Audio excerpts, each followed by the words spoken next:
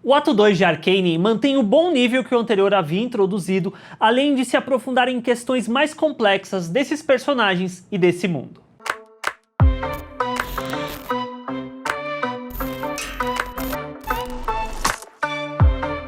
Oi pessoas, eu sou o Arthur, sejam bem-vindos ao Bilheterama. Eu vou falar sobre o ato 2 de Arcane com spoilers, já que a gente tá na metade dessa história. Então se você ainda não assistiu, fica o aviso. Se você ainda não é inscrito no canal, assine para fazer parte da comunidade e deixa um joinha. O ato 2 começa alguns anos após o final do episódio 3, onde a gente vê uma nova realidade instaurada, com os avanços tecnológicos da Hextech levando Piltover para o progresso, para o avanço, enquanto que Zaun, a subferia, fica em comando do Silco. Piltover, é assim que vocês falaram nos comentários, né? Então espero estar falando certo agora. O interessante desse ato 2 é como que com esses dois cenários estabelecidos, tanto Zaun quanto Piltover, a gente tem uma trama que é muito mais densa ao se aprofundar em questões reais, como a corrupção que é aumentada dentro dos defensores, que agora são controlados, são comandados pelo Marcos, que acaba fazendo vista grossa para tudo que o Silco faz e o Silco consegue agir livremente. Isso cria uma dinâmica muito mais corrompida para Zaun, mostrando a diferença dentro do ato 1, como que o Vander ligava para aquelas pessoas versus como o Silco simplesmente não liga. E tem uma parte no episódio 6 que é muito sintomática para mostrar isso e faz uma alusão muito clara a usuários de droga e como que a cidade, como que o governo não liga para essas pessoas, que é quando tá a Vi e a Kate naquela parte ali mais de baixo de Zaun, em que a Kate fala que ali são as pessoas que foram afetadas pela cintila ficam. E como que a Vi ressalta que nunca esteve tão cheio, mostrando como que o Silco simplesmente ignora isso tudo. E em parte também como que a própria Piltover não está se importando com isso tudo. Eu gosto muito de como o Arcane coloca em tela essas temáticas mais reais e mais densas mesmo, e torna isso o foco dessa segunda parte.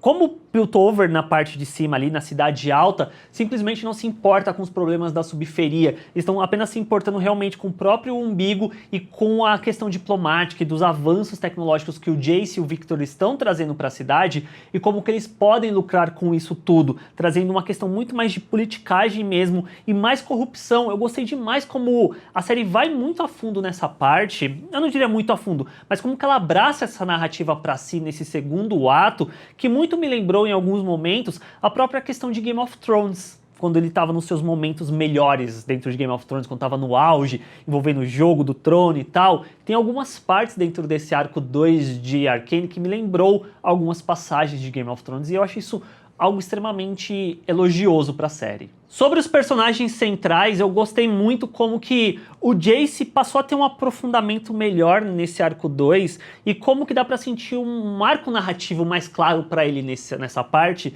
dele. Você sente que ele tem um bom coração, que ele quer fazer a diferença, mas como que ele vai sendo jogado nesse jogo de politicagem e de que ele tem que acabar fazendo parte para conseguir ter poder e conseguir fazer com que as suas atitudes sejam notadas e que ele possa puxar esse avanço tecnológico que ele quer tanto trazer, mas em contrapartida tem muito disso de que ele quer olhar apenas para um lado positivo, mas ele não quer saber exatamente quais são as consequências desses atos que ele está fazendo. Então acho que é um personagem que eu não diria que ele está se corrompendo por conta do sistema, mas o sistema está meio que quebrando ele a fazer coisas que não necessariamente ele gostaria de fazer. Eu acho que o final do 6º episódio, de tirar o Rei Mendinger ali do conselho, é muito sintomática na construção do personagem desse segundo ato. Eu acho isso muito positivo, além do fato da gente ter mais sobre o passado do Victor, que ele tá morrendo, e como que isso de certa forma até serve como um impulso para as atitudes do próprio Jace durante esse segundo ato, e como que a Mel Medarda, ela também consegue meio que acabar manipulando um pouco o Jace para seguir o caminho que ela esperava que ele seguisse, que vai acabar sendo proveitoso para ela em algum nível. E toda essa parte do Jace, do próprio Victor, e em parte também do Reminger, e assim, se eu estiver falando o nome errado, me desculpem, mas enfim, conversa muito sobre a questão da mortalidade, mas também sobre a questão do legado, o que eles vão deixar para trás. E eu sinto que o Jace, ele quer estar vivo para ver os resultados daquilo que ele está descobrindo, mesmo que as consequências possam ser catastróficas. Outra personagem que ganha destaque é a Kate. Eu gostei demais da personagem, achei ela muito legal. E como que ela quis se tornar uma defensora. E como que isso cria um contraponto muito interessante, que talvez eu imagino que o ato 3 vai explorar mais a fundo, dela com o Marcus, porque o Marcus representa a corrupção dentro dos defensores no seu ponto máximo, enquanto que a Kate, você vê que ela ainda traz muito dessa vivacidade, dessa vontade de querer fazer a diferença, de querer que Piltover e também Zal acabe coexistindo num lugar melhor para todo mundo, e como que ela decide fazer sua própria investigação, meio que a parte dos defensores, o que leva ela a encontrar a Vi, que estava presa durante todo esse tempo. E já que eu citei a Vi, temos que falar das duas irmãs. Eu sinto que o ato 1 se foca muito mais na Vi, só que o segundo ato acaba se focando mais na Powder, que agora se chama Jinx, e como que a personagem ela se tornou perigosa e instável. Eu acho que esse ato 2 deixa isso muito claro em vários momentos, e principalmente pelo fato de que o que acontece no episódio 3, aquela tragédia,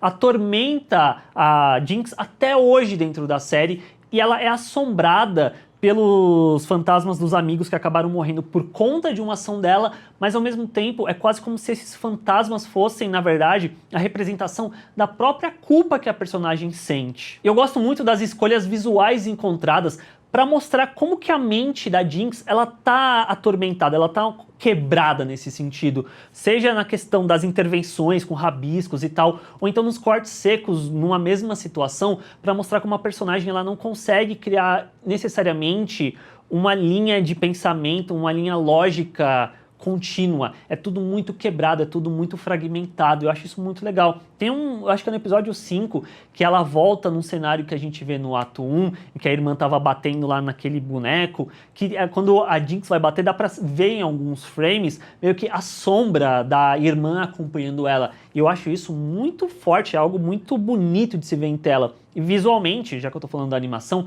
continua num nível muito bom. Eu gosto das sequências de ação, que são poucas. A que abre o episódio 4, que é maneira.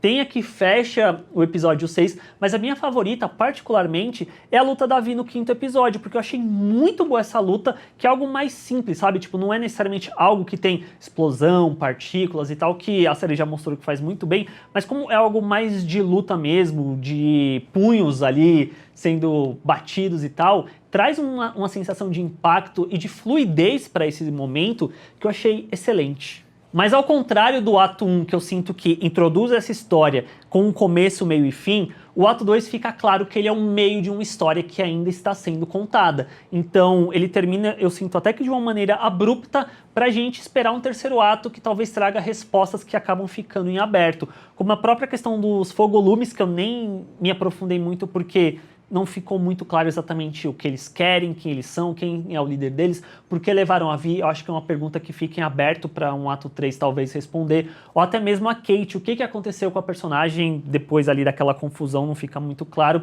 De qualquer forma, eu fico muito ansioso e muito curioso para ver como que essa história vai se encerrar no ato 3, quais vão ser as consequências, se a gente vai ter um ato 4, novos personagens sendo introduzidos, se esse mundo de Arcane vai continuar na Netflix. Espero que sim, porque tem muito potencial ainda. E o que você achou? Você curtiu esse ato 2? Qual dos personagens você achou que foi mais bem desenvolvido? Deixa aqui nos comentários. E mais uma vez, se você chegou até aqui e não assinou o canal, assine para fazer parte do Bilheterama. Tem um outro vídeo caso você queira ver. O joinha eu agradeço demais. E a gente se vê na próxima. Tchau, gente.